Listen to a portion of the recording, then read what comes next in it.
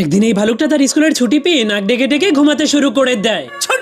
কিন্তু তখনই ভালুকটার নাক ডাকার শব্দের কারণে গাছের উপরে ঘুমিয়ে থাকা চিন্টুর ঘুম ভেঙে যায়। এই জন্য সে ভালুকটার উপর অনেক রেগে গাছ থেকে নিচে নেমে যায়। তখন সে তাকে গালি দেওয়ার পর তার ঘুম ভাঙানোর জন্য বেল বাজাতে শুরু করে দেয়। কিন্তু তবুও সে ঘুম থেকে না ওঠার কারণে চিন্টু একটা কামান এনে তাকে কামান দিয়ে গুলি করে দেয়। কিন্তু তবুও ভালুকটা ঘুম থেকে উঠছিল না। এই জন্য চিন্টু বলতে শুরু করে আজকে এই মোটুকে ঘুম থেকে উঠিয়েই ছাড়বো। এই জন্য সে বাচ্চাদেরকে বসানোর গাড়ি এনে ভালুকটাকে সেখানে বসিয়ে পাহাড়ের ঢাল থেকে নিচে ফেলে দেয়।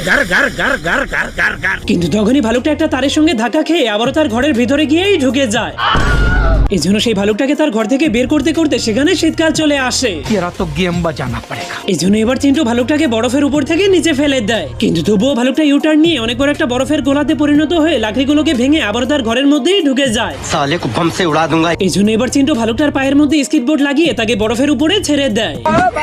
কিন্তু তখনই